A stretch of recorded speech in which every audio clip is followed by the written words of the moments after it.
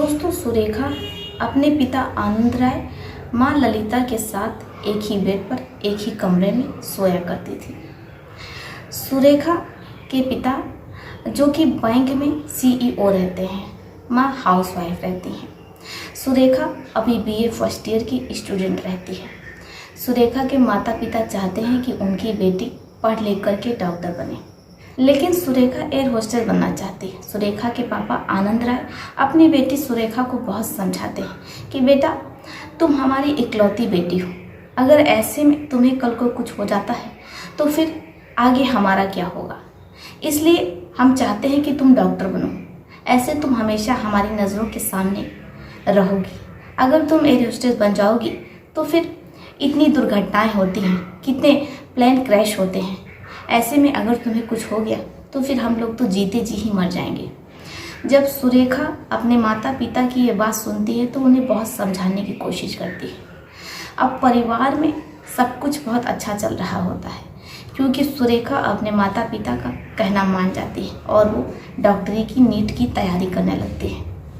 लेकिन एक दिन अचानक जब सुरेखा अपने हॉस्टल में रहती है, उसे फ़ोन आता है। वार्डन दौड़ी भागी सुरेखा के रूम पर जाती हैं और सुरेखा से कहती हैं कि तुम्हारे घर से फ़ोन आ रहा है, आखिर तुम फ़ोन क्यों नहीं उठा रही हो। सुरेखा कहती है कि मैम, हमारा जो नंबर है वो हमने बनने के लिए दिया है, क्योंकि हमारा मोबाइल ख़राब हो गया था।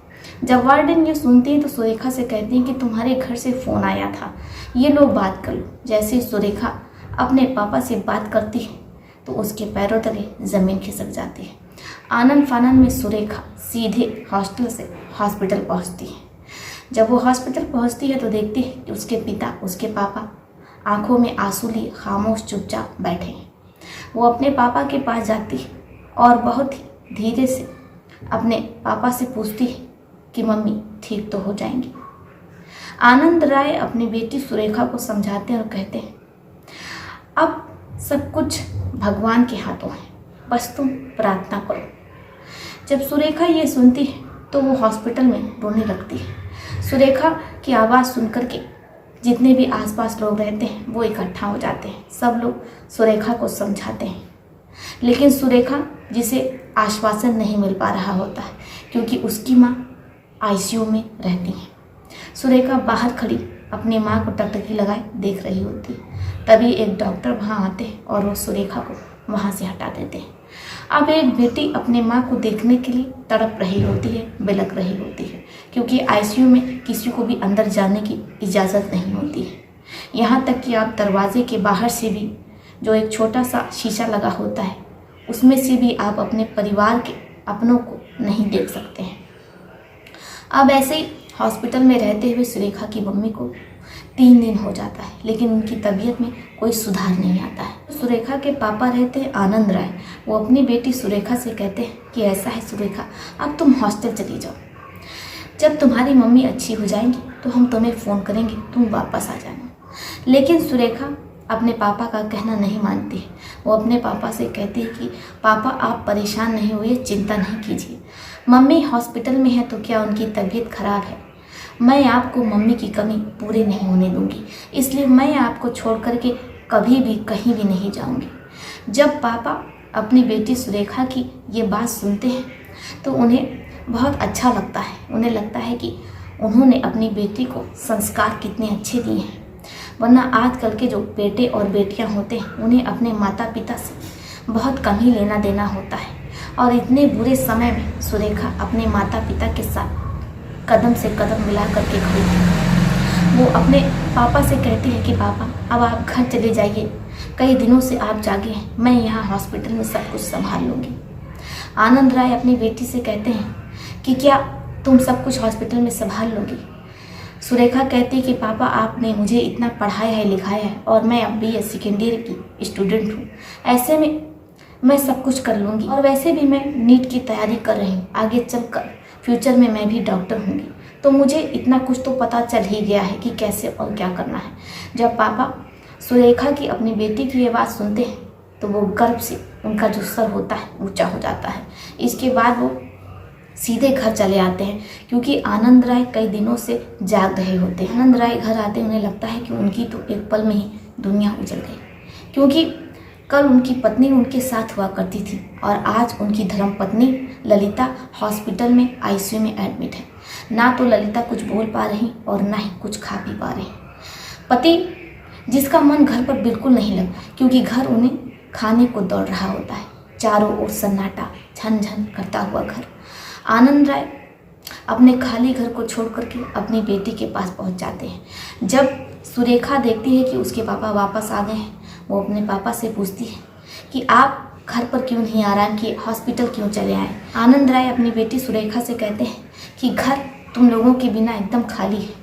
मैं घर पर बहुत परेशान हो रहा था, क्योंकि वो सूनापन मुझे खाने को दौड़ रहा था, इसलिए मैं हॉस्पिटल में तुम्हारे पास चला आया। जब सुरेखा ये सुनती है तो वो अपने पापा से कहती है कि ठीक है, हम आपके लिए पन्नी बिछा दे रहे हैं और आप यहाँ पर आराम कर लीजिए, मैं जाग रही हूँ। इसके बाद आनंद राय हॉस्पिटल में ही चैन की नींद सो जाते हैं। सुरेखा अपने पापा को टकटकी लगाए देखती रहती है। उसकी आंखें भर आती हैं कि उसके पापा कितने लाचार और मजबूर हो गए। इधर उसकी मम्मी जो कि आईसीयू में है, सुरेखा जिसके कंधों पर अपने माता पिता की जिम्मेदारी है, वो अपने बूढ़े माता पिता की जिम्मेदारी अच्छे से निभाना चाहती है। अब ऐसे में सुरेखा को बार बार अपना बड़ा भाई होने की याद आ रही होती। उसे लगता है कि काश अगर उसका कोई बड़ा भाई होता तो आज उसके माँ बाप खुद को इतना असहाय ना महसूस कर रहे होते। अब सुरेखा जैसी सुबह होती है अपने पापा के लिए नाश्ता लेकर के आती है। उसके पापा गर्मा गर्म चाय पीते हैं। नाश्ता करने के बाद वो डॉक्टर के पास जाते हैं और अपनी पत्नी के बारे में पूछते हैं। डॉक्टर कहते हैं कि देखिए, आपकी पत्नी अब खतरे से बाहर है, लेकिन उन्हें अभी भी हमें आईसीयू में रखना होगा। अब इधर आनंद राय जो बैंक से पैसे निकाल रहे होते हैं, अब तक उनके कम से कम 2.5 लाख रुपए खर्च हो जाते हैं, लेकिन उनकी धर्मपत्नी ललिता की तबीयत में कोई भी सुधार नहीं आता है। आनंद राय पूरे तरीके से टूट जाते हैं। सुरेखा अपने पापा के कंधे पर हाथ रखती है और कहती है कि चिंता न करें, सब कुछ ठीक हो जाएगा। लेकिन कहते हैं ना कि जब किसी का दुर्भाग्य उसके पीछे पड़ जाता है तो जीवन में कुछ भी अच्छा नहीं होता है। ऐसा ही कुछ सुरेखा उसके पापा आनंद राय के साथ होता है। अभी दोपहर का 2:30 बज रहा होता है। तभी डॉक्टर आनंद राय के पास आते हैं और कहते हैं कि आपसे अकेले में चल करके कुछ बात करनी है। आनंद राय कहते हैं कि आपको जो भी बात करनी है आप हमारी बेटी के सामने कीजिए। डॉक्टर कहते हैं कि आई एम सो सॉरी, हमें माफ़ कर दीजिए, हम आपकी पत्नी ललिता को बचा नहीं सके। अब जैसे ही आनंद राय और उनकी बेटी ललिता ये सुनती तो उनके पैरों तले ज़मीन खिसक जाती। उन्हें अपने कानों पर विश्वास नहीं होता है। कुछ देर के लिए तो वो लोग सन्न रह जाते हैं। डॉक्टर उन्हें आवाज़ देते हैं किसी तरीके से। जब वो होश में आते हैं तो रोना पीटना पूरा अस्पताल सर पर उठा लेते हैं।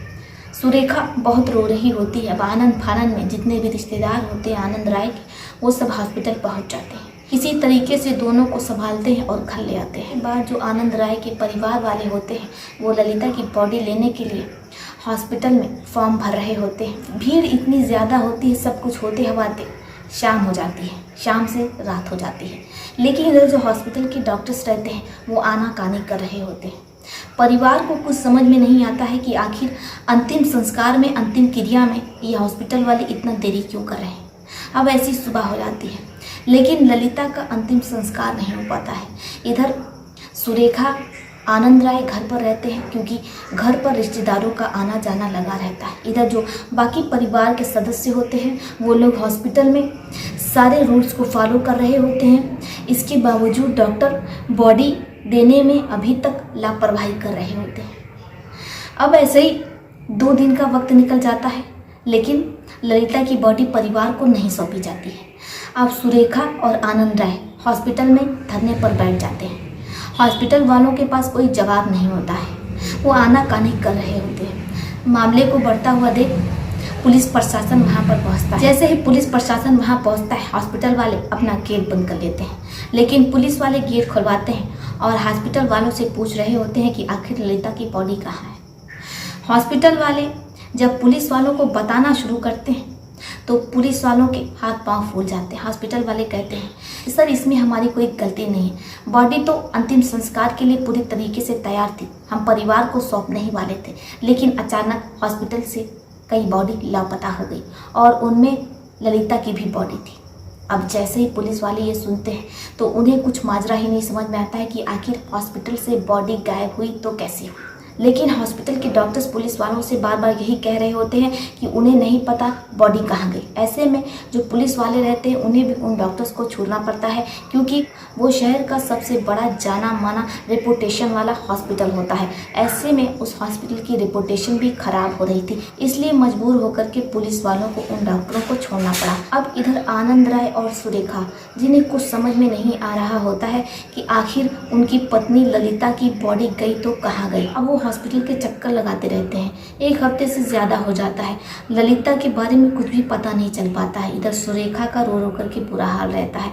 आनंद राय जो कि पूरे तरीके से टूट जाते हैं, क्योंकि एक पति के लिए उसकी पत्नी ही सब कुछ होती है। अब ऐसे में अगर उस पत्नी का देहांत हो जाए और उस पर से वो अभागा पति वो अपनी पत्नी का अंतिम संस्कार न कर पाए, आखिरी बार उसका मुंह न देख पाए और उसे मुख अग्नि न दे पाए, ऐसा अभागा पति आनंद राय जो खुद को बार बार कोस रहा होता है।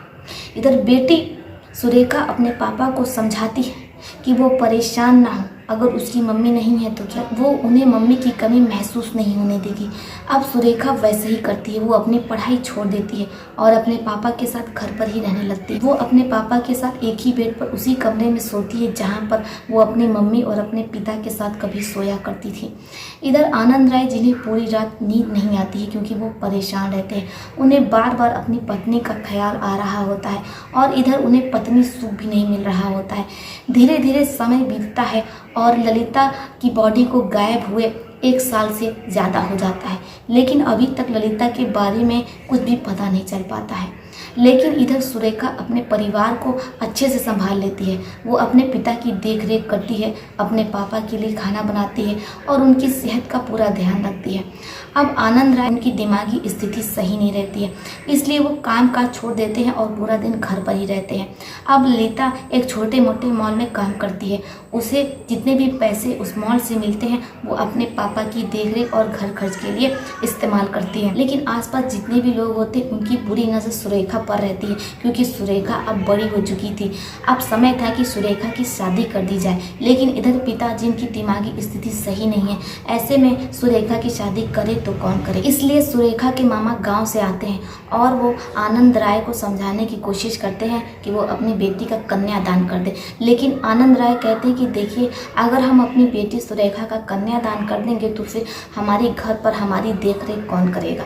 जब सुरेखा के मामा ये सुनते हैं तो वो कहते हैं कि हर बेटी को एक ना एक दिन जाना होता है, और ऐसे में अगर आप अपनी बेटी का कन्यादान नहीं करेंगे, उसकी शादी नहीं करेंगे, तो फिर आपकी बेटी के साथ कुछ ऊंच नीच हो जाए, क्योंकि आपकी बेटी सुरेखा जवान है। ऐसे में आसपास बुरे लोगों की नज़र आपकी बेटी पर ही है। जब आनंद राय ये सुनते हैं तो सुरेखा के मामा रवि से कहते हैं, ऐसा है रवि, तुम ही हमारी बेटी के लिए कोई रिश्ता खोजो। रवि कहता है, आपको तो पता है कि हम 2 साल जेल में रह कर आए हैं, ऐसे में अगर हम सुरेखा के लिए रिश्ता खोजेंगे तो फिर कोई भी परिवार सुरेखा से शादी के लिए तैयार नहीं होगा, क्योंकि आपको तो पता है कि समाज में हमारी छवि कैसी है।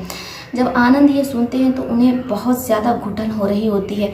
उन्हें कुछ समझ में नहीं आता है कि वो करे तो क्या करे। लेकिन जैसे सुरेखा अपने मामा रवि और पापा आनंद की बातें सुनती है तो उसे बहुत बुरा लगता है। वो कमरे में घुस जाती है और कहती है कि देखिए, हमें शादी नहीं करनी, हम कभी भी शादी नहीं करेंगे, क्योंकि जब तक हमारे पिता की सांसें हैं तब तक हम इनकी देख रेख करेंगे और हम इन्हें कभी भी मम्मी की कमी महसूस नहीं होने देंगे। जब आनंद ये सुनते हैं तो उनका सर गर्व से ऊंचा हो जाता है। वो अपनी बेटी की पीठ थपथपाते हैं और कहते हैं कि बेटा, तुम्हें हमारे लिए इतना कुछ करने की ज़रूरत नहीं है, तुम शादी कर लो। लेकिन सुरेखा कहती है कि पापा, हम शादी तभी करेंगे जब आप इस दुनिया में नहीं रहेंगे। अगर हम शादी कर लेंगे, अपने पति के घर चले जाएंगे, तो फिर आपकी देख रेख कौन करेगा और आपको मम्मी की कमी महसूस होगी। हमने आपसे वादा किया था कि हम आपको मम्मी की कमी महसूस नहीं होने देंगे। इसके बाद सुरेखा दरवाज़ा बंद कर लेती है और अपने पापा को कमरे में लेकर के आती है। अब सुरेखा और आनंद दोनों एक ही बेड पर एक ही कमरे में चैन की नींद सो रहे होते हैं। ऐसी समय बीत रहा होता है, लेकिन कहीं ना कहीं सुरेखा को ये लगता है कि हो ना हो उसकी मम्मी के साथ कुछ तो गलत हुआ है। अब सुरेखा ये ठान लेती है कि वो अपनी माँ ललिता के बारे में पता करके रहेगी कि आखिर उसकी माँ ललिता के साथ क्या हुआ है। वो अपने पिता का इलाज भी करवाती है। धीरे धीरे उसके पिता भी ठीक हो जाते हैं। वो अपने पापा से कहती है कि पापा, हो ना हो उस रात हम मम्मी के साथ हॉस्पिटल में कुछ ऐसा हुआ था जो हमें पता नहीं है। अब आनंद, जो कि पूरे तरीके से सही हो जाते हैं, अच्छे हो जाते हैं, वो अपनी बेटी सुरेखा से कहते हैं कि ठीक है, अगर तुम ये बात कह रही हो तो बिल्कुल सही कह रही हो। लोगों को ललिता के बारे में पता करना चाहिए कि आखिर ललिता के साथ हुआ क्या था। मेरा मन जो बहुत परेशान रहता है और ये मानने को ही तैयार नहीं होता है कि ललिता इस दुनिया में नहीं है और अब वो हमारे बीच नहीं है। जब पिता और बेटी दोनों ये सुनते हैं तो एक दूसरे से लिपट करके रोने लगते हैं। अब ऐसी सुबह हो जाती है, लेकिन दोनों की सिसकियाँ कमरे में गूंज रही होती हैं। अब ललिता और आनंद उस हॉस्पिटल में जाते हैं, पता करने की कोशिश करते हैं आखिर जितनी भी हॉस्पिटल से बॉडी गायब हुई थी वो गई तो कहाँ गई और इसमें क्या सच्चाई है, माजरा क्या है। अब जैसे ही वो लोग रात के अंधेरे में छुप छुपा करके हॉस्पिटल पहुंचते हैं, गलती से वो लोग हॉस्पिटल के ग्राउंड फ्लोर पर चले जाते हैं। जैसे ही वो लोग ग्राउंड फ्लोर पर जाते हैं तो बहुत ही डरावनी और अजीब आवाज़ें आ रही होती हैं। सुरेखा और आनंद को कुछ समझ में नहीं आता है। पहले तो वो लोग डर जाते हैं और डर करके भागने लगते हैं, लेकिन इसके बाद सुरेखा हिम्मत दिखाती और अपने पापा से कहती है हमें सच जानना है तो आगे बढ़ते रहना होगा। इसके बाद सुरेखा और आनंद दोनों ही अपने मोबाइल की टॉर्च बंद कर देते हैं। इसके बाद वो पैर दबाते हुए अंधेरे में ही ग्राउंड फ्लोर पर आगे बढ़ते रहते हैं। अब जैसे ही वो आगे बढ़ते हैं तो आवाज़ और तेज़ हो जाती है। इसके बाद वो लोग जो मंजर अपनी आंखों से देखते हैं उन्हें अपनी आंखों पर विश्वास नहीं होता है। एक बंद कमरा है जहाँ पर बहुत से पेशेंट जिन्हें कैद करके रखा गया है। जैसे ही सुरेखा और आनंद ये देखते हैं तो वो मोबाइल में वीडियो बना लेते हैं। इसके बाद वो लोग उस दरवाजे को खोलने की कोशिश करते हैं। जैसे ही वो लोग अंदर जाते हैं, जितने भी पेशेंट वहाँ कैद होते हैं उनके हाथ पांव बंधे होते हैं। वो सुरेखा और आनंद को देखते हैं तो उनकी आंखों से आंसू गिरने लगता है। इसके बाद सुरेखा और आनंद बारी बारी से उन सभी के हाथ और पाँव को खोल रहे होते हैं। जैसे ही वो लोग लास्ट वाली कुर्सी पर पहुँचते हैं तो उनके होश उड़ जाते हैं।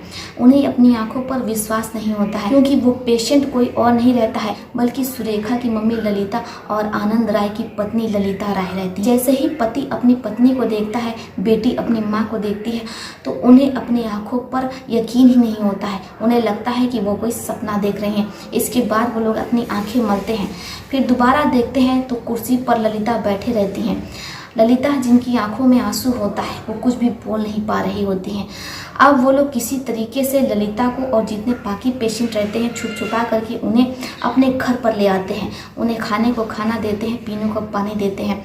कई दिनों से उन पेशेंटों ने कुछ भी खाया पिया नहीं था। कुछ देर बाद ललिता अपने पति और बेटी से गले लग जाती हैं और वो फूट फूट करके रोने लगती हैं। जब वो शांत होती हैं, आंसू पोंछती हैं, फिर अपने परिवार को जो बताना शुरू करती, लोगों का वीडियो रिकॉर्ड करते हैं। जब पेशेंट बताना शुरू करते हैं तो सुरेखा और आनंद को यकीन ही नहीं हो रहा होता है। ललिता जब अपने पति को, अपनी बेटी को बताती है कि उस रात उसके साथ क्या हुआ था, कुछ डॉक्टर्स आपस में बात कर रहे होते हैं कि यहाँ पर जितने भी पेशेंट हैं उन्हें जहर का इंजेक्शन दे दिया जाएगा और फिर इसके बाद उनके परिवार वालों को कहा जाएगा कि उनकी डेथ हो गई है। मुझे हल्का हल्का होश रहता है। जैसे ही मैंने हॉस्पिटल की सच्चाई जानी, मैं वहाँ से भागने की कोशिश कर थी, तभी उन डॉक्टरों ने मुझे पकड़ लिया और इसके बाद जो मुझे पता चला, मेरे पैरों तले ज़मीन खिसक गई। डॉक्टर ने कहा कि इसके जितने भी ऑर्गन हैं उन्हें निकाल करके बेच दिया जाए और जब बाकी पेशेंट हैं उन लोगों ने भी हमारी बात सुन ली होगी, इसलिए उन सभी के साथ ऐसा किया जाए। अब इसके बाद वो लोग हमारे साथ वैसे ही करते हैं, क्योंकि उस हॉस्पिटल में अंग बेचने का काम होता है। जैसे ही मुझे ये सच्चाई पता चल जाती तो हॉस्पिटल वाले मुझे कैद कर लेते हैं और साथ ही उन सारे पेशेंटों को कैद कर लेते हैं जो कि हमारे साथ उस वार्ड में थे। जैसे ही सुरेखा और आनंद ये सुनते हैं तो वो पुलिस वालों को फ़ोन करते हैं। पुलिस वाले आते हैं, वो उन सभी पेशेंटों को साथ में ललिता को थाने लेकर के जाते हैं, क्योंकि अब पुलिस वालों के पास इतने सारे गवाह थे, आई विटनेस थे। पुलिस वाले सीधे हॉस्पिटल पहुँचते हैं, हॉस्पिटल को सील कर देते हैं और वहाँ जितने भी डॉक्टर्स होते हैं उन्हें थाने लेकर के आते हैं। उन पर संगीन धाराओं के अंतर्गत मुकदमा दर्ज होता है। यह मुकदमा लगभग 4 साढ़े 4 सालों तक चलता है। इसके बाद सभी डॉक्टरों को उम्र कैद की सज़ा होती है। इधर ललिता अपनी मम्मी के साथ बहुत खुश रहती है। आनंद अपनी पत्नी को सही सलामत जीवित पा करके वो बहुत खुश होते हैं। पत्नी, बेटी और पति तीनों ही एक कमरे में एक ही बेड पर पहले की तरह हंसी खुशी सो रहे होते हैं। अब आनंद राय और ललिता के जीवन में सब कुछ अच्छा हो जाता है। इधर सुरेखा भी अपनी नीट की पढ़ाई शुरू कर देती है। वो हॉस्टल चली जाती है। सुरेखा की हिम्मत और जाबाजी से उसके पिता आनंद अपनी पत्नी को और सुरेखा अपनी मां को खोजने में कामयाब हुई। आपका इस पर क्या सोचना है दोस्तों? आप अपनी अपनी राय हमें कमेंट बॉक्स में लिख सकते हैं। तो चलिए फिर चलती हूँ, मिलती हूँ आपसे किसी और कहानी में। तब तक के लिए आप अपने परिवार का ध्यान रखिए। आदाब, सत श्री अकाल, नमस्कार।